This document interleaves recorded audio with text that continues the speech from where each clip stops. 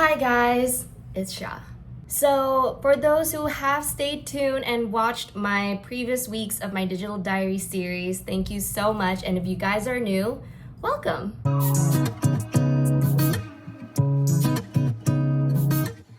This week is finally week 3 of my digital diary series. It's a little bit longer than usual because I have a lot to say on the topic that we're talking about today, which is music marketing. But on top of that, I'm also gonna be discussing a little bit about my producer side. I just wanted to also put a disclaimer that in case anybody watches this, any of my peers, this is not targeted at anybody. And I'm saying this just as a beforehand, you know. I'm sorry, my cat in the back is just like calling for me. That's why I'm a little bit distracted. But nonetheless, without further ado, roll the tapes.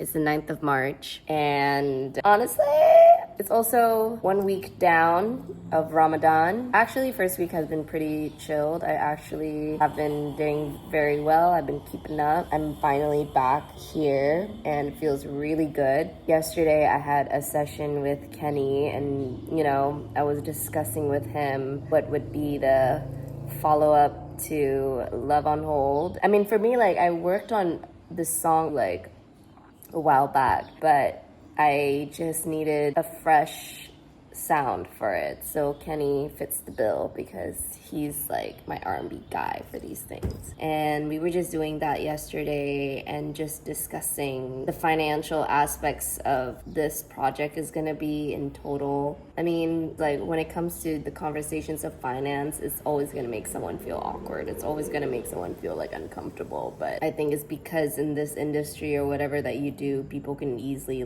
underpay or try to scam you out for, not a really good deal down the line. I get it.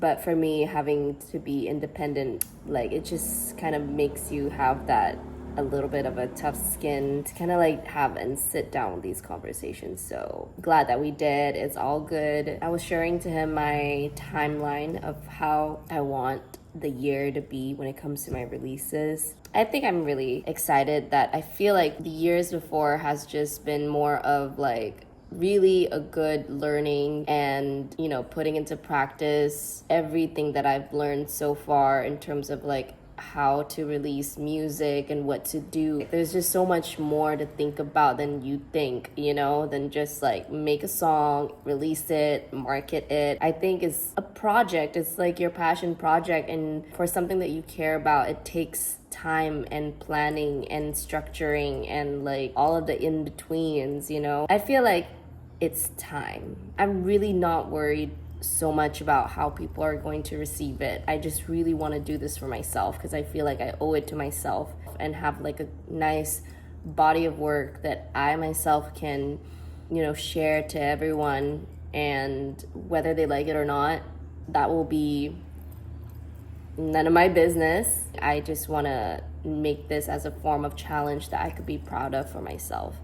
That it doesn't matter when or how old you are, especially in this industry where age is the younger you are, the more I guess legit it feels that everyone's just hungry. Look, everyone's gonna be hungry until you're 40, until you're 50, until you have that one big break. You're always gonna be hungry. I think one of the valuable things that I've learned, at least within this week, and the more that I do this Artist Way course, no matter how much that you can do, only God determines the timing. And what I mean by that is that you can plan, but God ultimately determines when is your time. The only thing that I can say is that I know that in terms of me making this project, that's how I feel this is the time to do it. When it comes to, quote unquote, catching that big break, that's up to God. But I know my time right now is to focus and build this nice body of work for myself that it will just be the starting point to many to come. Yeah, it was really good yesterday. I've also been looking up at visualizer ideas and tightening it up here and there. I was discussing it with a friend of mine in regards to how do I go about this and, you know, like budgeting and everything.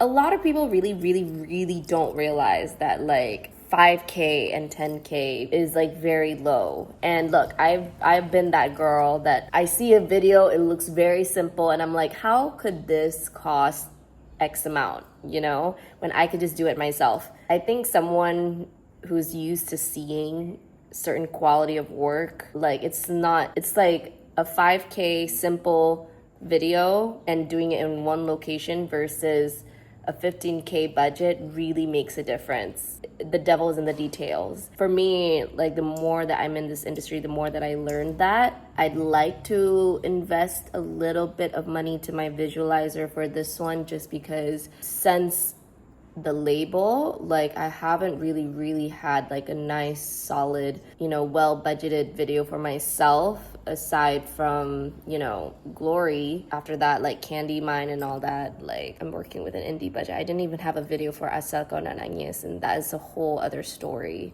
of why I didn't really do any marketing rollout for that. I would just say it was a personal bad timing in my life, which, you know, obviously at a certain point I'll probably share. But for now, I just want to like talk about, you know, the positive.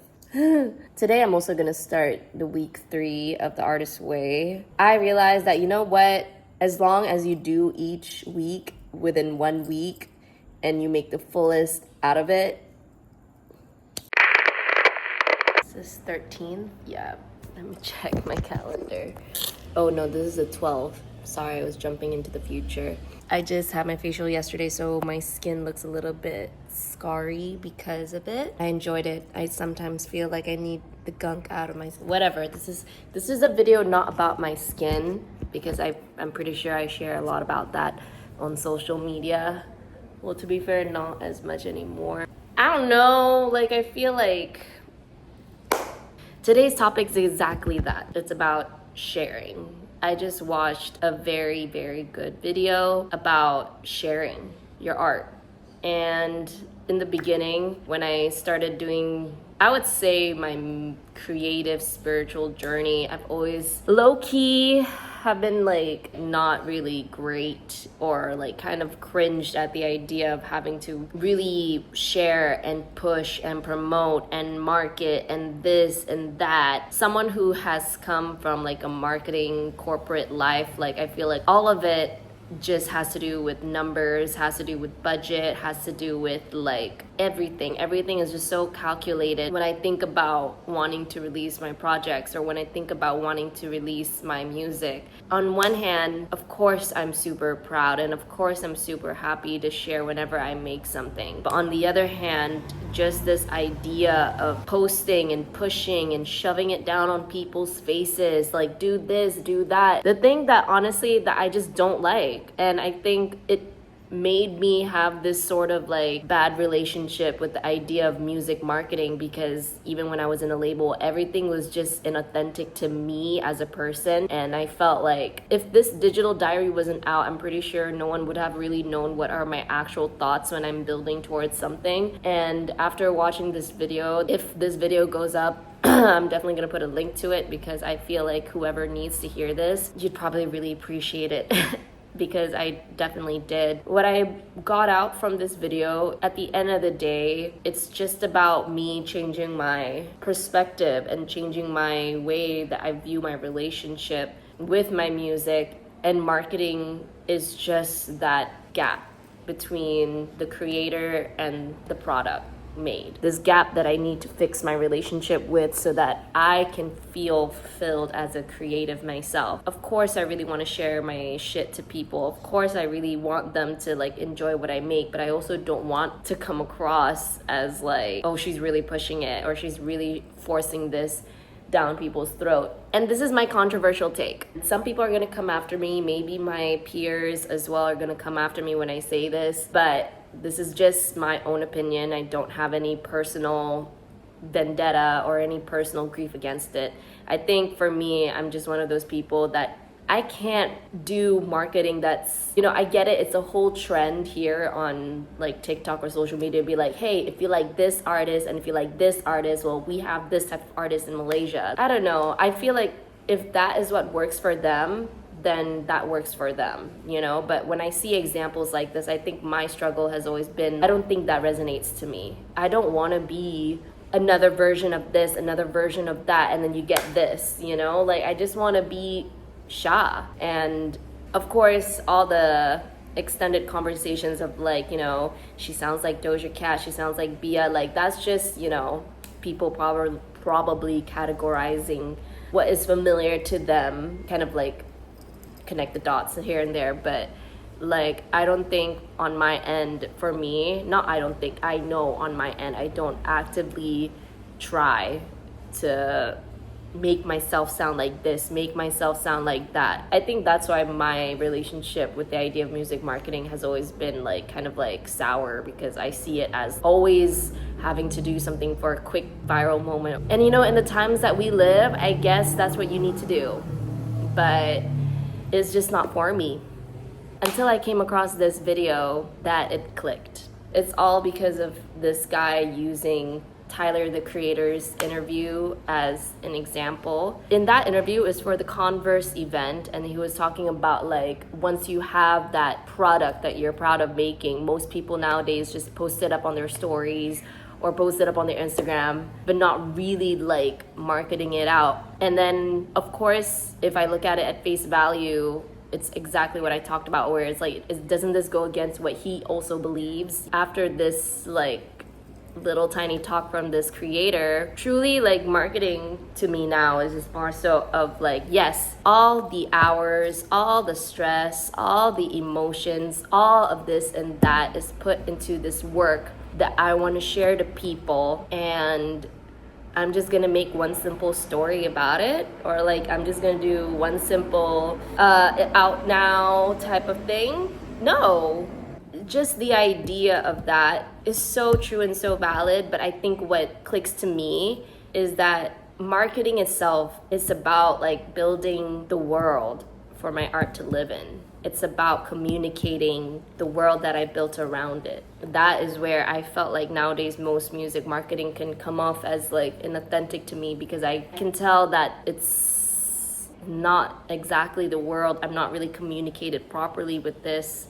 Of course, I'm gonna get a lot of critiques for that, but honestly, at this point, I don't really care, because like I'm tired of explaining the context and what I mean behind it. So I'm just gonna say it how it is. And I might be part of the mistake of that as well in my previous works, which is why this year I want to make my own marketing authentic to me and the world that I'm building around my art. Honestly, I didn't even see this coming, but this digital diary has honestly been the most authentic way of me talking about whatever I'm building towards to. Whether or not there's only one viewer, whether or not there's like 10, that doesn't really matter to me, because I feel like this is my own idea of marketing.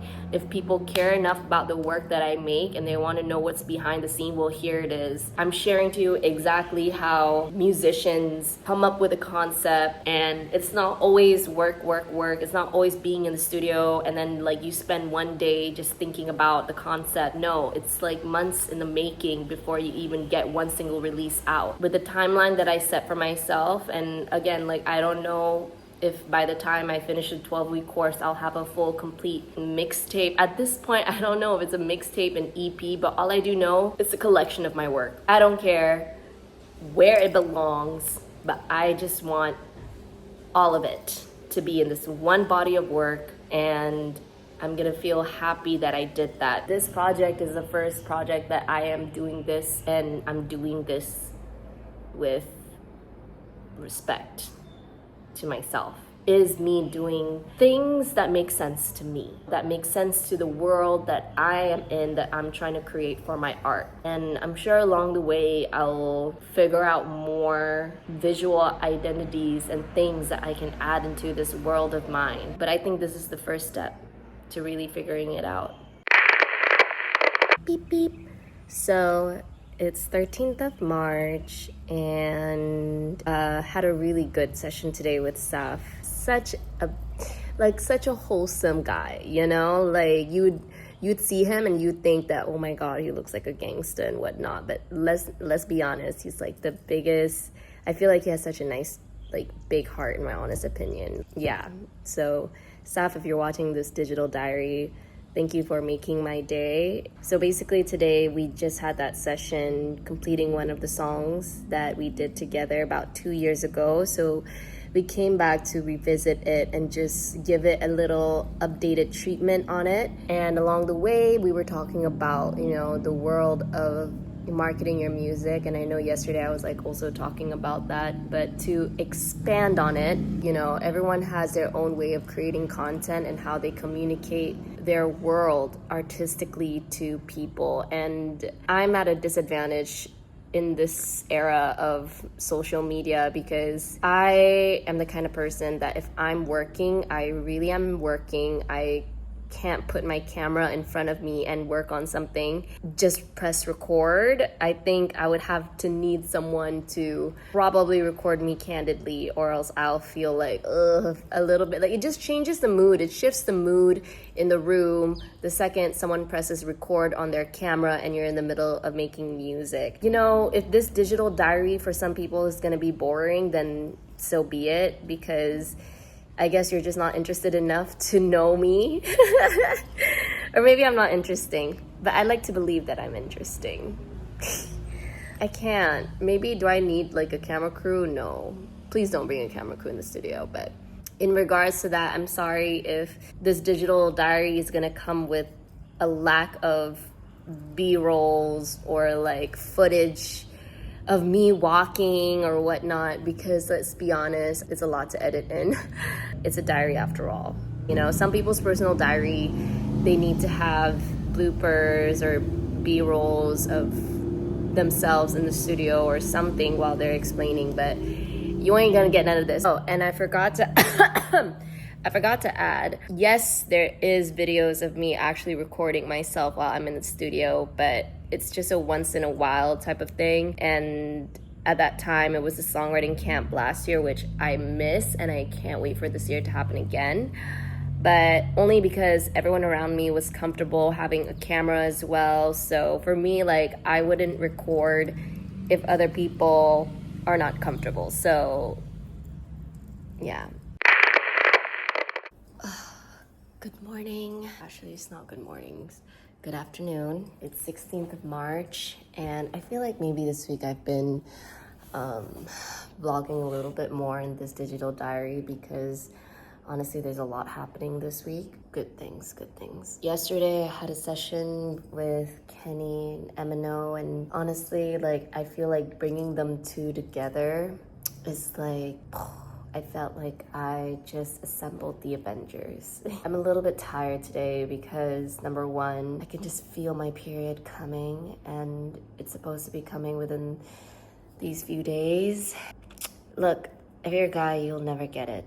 Fasting and anticipating your period, your body just feels sore almost in every part of your body, and you just feel lethargic. But that's okay, maybe because I also slept late and haven't showered. But anyways, yesterday we worked on, honestly, what I can tell is like one of my favorite songs that's gonna be on this project, because, like, you know, when I brought in Emino and Kenny together, it's like both of them are like on different ends of the spectrum in terms of what kind of sound they do, and they both, I feel, are like both sides of me that I just glued together. I felt like being the person in the middle of this and just guiding them and telling them how I wanted a certain way to go with things, and just trusting their abilities and capabilities as my co-producers. Like, I feel like it just creates magic. I'm really just excited to see how all of this unveils and unfolds. Another reason why, like, I felt like vlogging this It's because I was just having this conversation with my friend about, I feel like there's always gonna be this discourse between what is a producer and beat maker, and there's always going to be these disputes. I felt like, at least in what I've been doing for this project, I really just want people to really see my capabilities beyond than just a songwriter. I want people to see in all the songs that I make, in all the songs that I do, I've always been playing this producer role on the side. I just want that to be known because I felt like it's easy to overlook one's contribution to a role because there's always gonna be this discourse between technicality of things and the way I see producers are, and I've been in studios with major producers who don't even lift a finger on the board, and they're like captaining this whole ship, and they see the overall picture, the overall direction of where this song, this beat is going. And for this project, I feel like I am doing that 100%. I'm someone that likes to be involved and tell like what sounds do I like and what arrangements or what chords, and luckily because I could sing, so sometimes I do sing out my notes. But I wanted this project for people to see that, just see me in a light of like, she is a really good producer, she has taste, she has vision. I felt like being a girl, it's always going to be easily overlooked because a lot of the people in the industry are mostly males, and somehow people can take the role of a producer as a guy more seriously than a girl. And I don't want to go through this whole like, you know, gender roles and like guy versus girl thing, because to be honest, I just see that this whole entire project has never been based on that. It's been very gender neutral, if anything, and this is why I love Kenny and Emino being in this project with me, because we all see each other equally. You know, there's mutual respect in what we all do. I'm grateful for that, to be honest. Like, I'm grateful for that. And I'm not gonna lie though, like, I think in the past, I've either been like overlooked or like I've been put to the second. I feel like, you know, amongst my industry peers, I'm very grateful that they see me and they know what I do and they know how much work I put into things. But I think in general consensus, especially when we live in Malaysia, and this is just a personal opinion, a girl has to do 3 times, 5 times the work just to get the acknowledgement and recognition that a guy can do at a mid or bare minimum level. That's just the reality of things. You can literally suck my feet on that. But yeah, those who dispute that thought probably just don't understand and probably has a lens of privilege. I feel like I'm going off here, but it's the truth. That's all that I wanted to say on this topic and this matter. And I hope that by the time this project comes out, people can hear it and appreciate everyone who was in this project, everyone's contribution, and everyone's roles that they play in making sure that this sounds exactly how it's supposed to be.